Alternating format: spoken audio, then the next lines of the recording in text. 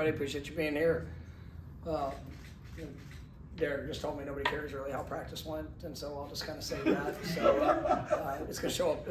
We'll show up how practice went, on Saturday, and that's I'm good with that. You save a little bit of time in the review, but I think our guys, they understand what we need to do. I think there's, right now a lot of emotion to the process, and that's something that we're continuing to pour into them, understanding the action that we have, in the way that we deal with either good performances at time or times where it's substandard to our expectation, and but we've got to enjoy the journey for improvement, and for things to show up on Saturday night, that's it takes a lot of work, and we've got to do that in the meeting room. We've got to do that in all the areas around before we even get out there on the field, and then obviously that's got to look a certain way, but we've got to build towards this Saturday night, and I've got a lot of belief in what will show up, but we'll see Saturday night. Our first question will be Ira. Mike's? No. Sorry, I didn't know if we had, it's Wednesday, I forgot. I haven't been here the last couple of Wednesdays. That's all right. The, make mistakes.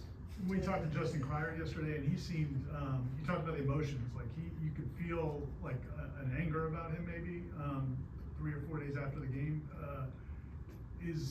Are the emotions helpful like at this point, or how do you approach that with guys? I'm sure there's a lot of different emotions. Yeah, no, I mean there's everybody handles things different ways. What I desire for these guys is, as you work through your emotions, nobody's happy. Like, there's nobody just joyful for where we are and what's happened, but it's about being able to be in control of your emotions and stay focused on your process of improvement, and for the things where there were either areas of failure or areas of substandard play or results, then man, we have to get that fixed. And I want guys to have emotion because they care, and Justin is he's a remarkable young man. I was talking to my office last night. He actually came up and got a chance to visit with him some, and I'm grateful I get to coach somebody that cares as much as he does. And you see it, you feel it. Now, I mean, and he feels, our players take responsibility for what happens. Our coaches take responsibility for what happens. This is not a team that's just going through the motions in it. I mean, nobody wants to come up short. Nobody wants to play bad. There's a lot of work and investment, and that's what I'm looking for. And then but we get the opportunity to go play the game. I mean, it's got to show up a certain way. And we've seen groups that have had really good games, and that followed up with not so good games. And we've got to stay consistent with all the emotions, the highs and the lows of still our growth and our response to the situations, our seeing an offense, defense, and special teams unit play together to go accomplish what needs to be accomplished to win. And that's where I am grateful for the emotion that this team has, and I've got a lot of it. And I've got a lot of with our staff, with our with our players. I mean, I want the absolute best from all of us, and we're going to push for that. But it's also being able to control those emotions where you're not losing focus just because of a feeling on the actual task that needs to get done as well. Right, Leah? Kind of a follow-up to that last part. How do you get these guys to channel that emotion into performance, to edge, into, you've used the word desperation before, on the field, but also kind of keep them clear-headed so they're not maybe overdoing it with the emotions? Yeah, I mean, it's you've got to, I think when you train that way, when it's a daily, when you can get yourself, I'd say in your preparation emotional, like that's where you bring that edge, you bring the desperation, you bring all of that to what you can control today. Then when you find yourself in the game, in the moment, it builds the confidence of what's there, because it's not too big for you, or you're not feeling like you got to be somebody different because you just prepared at that level throughout the course of the week, throughout the course of the year, throughout your career. And the best players that I've been around, they trained a certain way with a certain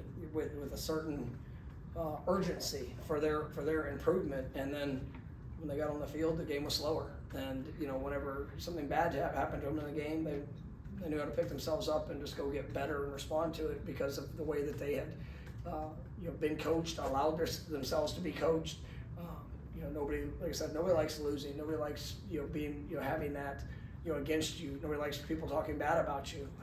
It's not something that people enjoy that occurs. But at the end of the day, all of that won't matter as long as you keep controlling what you control, go get better, and improve the results through you being the best that you can be. And I think that's something that for 18 and 22-year-olds, and even for people that are older, I mean, it's one of the great balancing acts of how you bring that, and that's what we try to do in our preparation. Brendan. Follow up to the follow-up. 3 follow-ups. Impressive. I guess it's more big picture. Like during your time here, you guys have won. It's been in bunches generally, and when it's losses have been in streaks. Do you give yourself any thought, like retrospectively, why that could be? Yeah, I mean, you do. I mean, you evaluate all those things, and are there similar traits of why that has occurred? Is it something that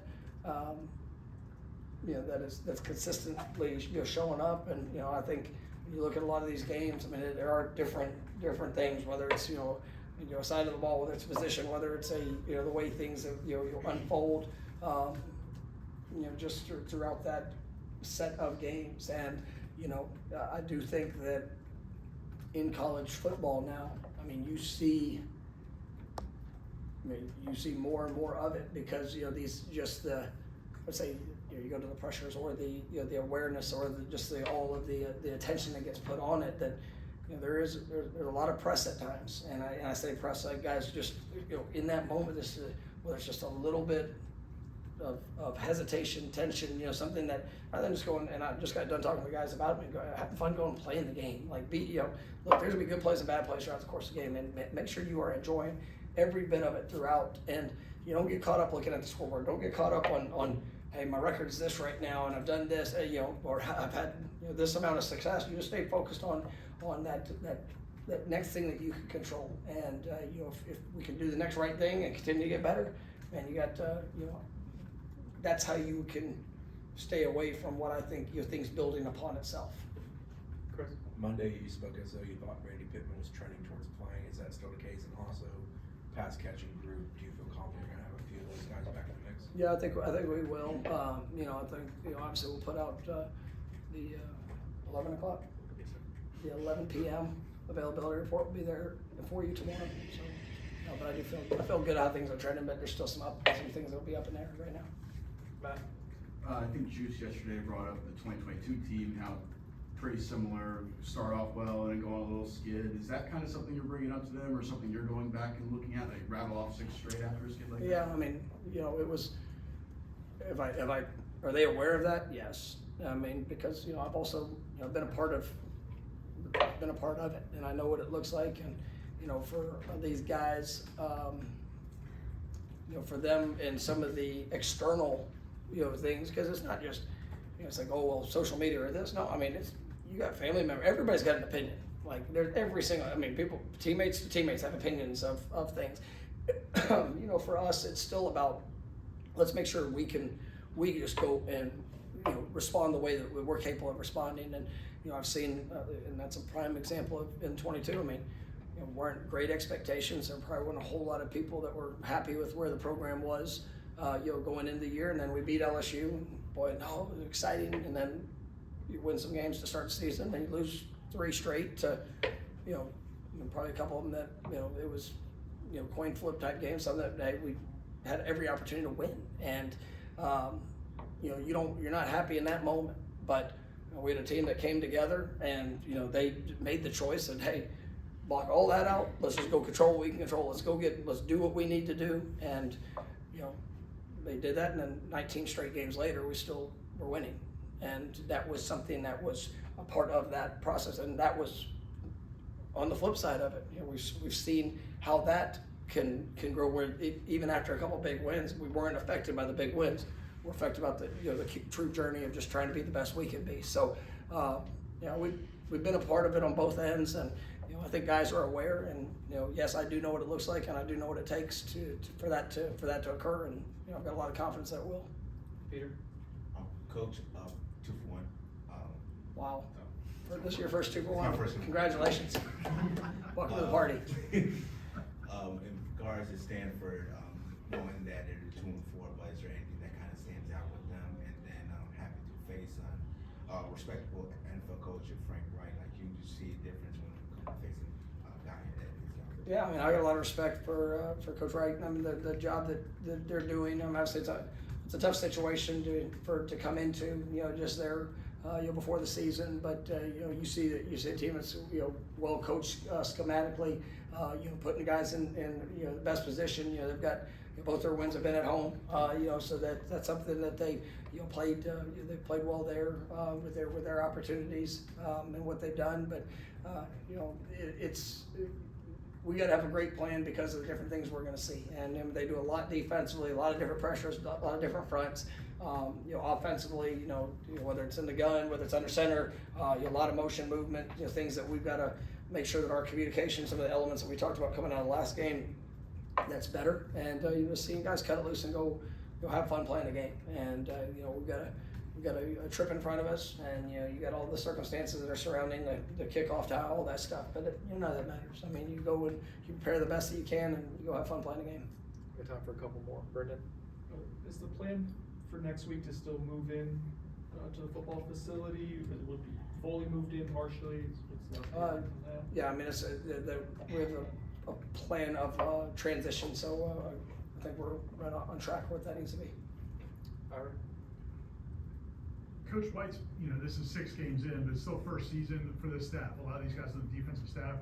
Do you get the sense that they're still figuring out like who does what, who handles what situations? Yeah, Is that still working? I think that's I think for sure there is. And when you look at this team, especially defensively, we're playing a lot of either some guys that don't have as much experience or just true young players. And we got 4 true freshmen that are getting significant snaps, and are guys that I'm very excited about what it's going to be. We still kind of get a sense of, hey, these are things they do really well. There's some things that we can be able to adapt, adjust with. You got some new faces that have come in. You guys are in different roles. When you look at our secondary, I mean, it's got some. There is some inexperience coming into the season, and you've seen some guys that have really elevated. I think Jerome Rawls has played at a very high level throughout this year. You've seen flashes of guys. Earl has really taken some positive steps just overall in what we're doing, but still trying to position guys with what they do best, and to get 11 guys playing as one, with that speed, with that confidence, and